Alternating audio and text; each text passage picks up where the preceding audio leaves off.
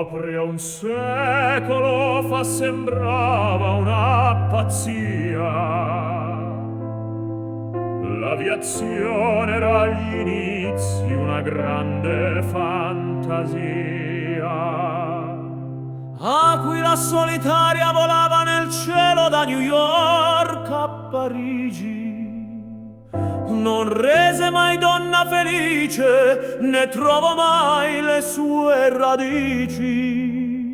Entrato con prepotenza nelle ali della storia, tutta la sua vita una sola idea, volare nella memoria. Charles Lindbergh, pilota dell'impossibile, fu il primo a percepire che il successo è di per sé una fine.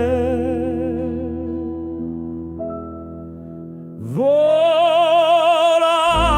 sopra i cieli sembrava irraggiungibile, ma a volte il sogno spacca le frontiere dell'invisibile.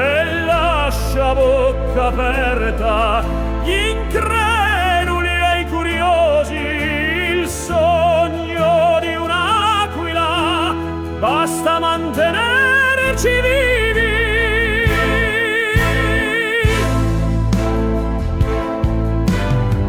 Acclamato dai popoli di ogni continente per le sue gesta piccolo principe splendente. Negli anni 30 l'America in crisi di penuria cercava sogni per superare illesa la sua grande paura. Le traversate furono propaganda di un'illusione. Attraverso anche il deserto a mani nude con passione. Lui che con gli aeroplani ci andava a letto come una moglie. Lui considerava gli americani un popolo stupido senza voglie. Volare sopra i cieli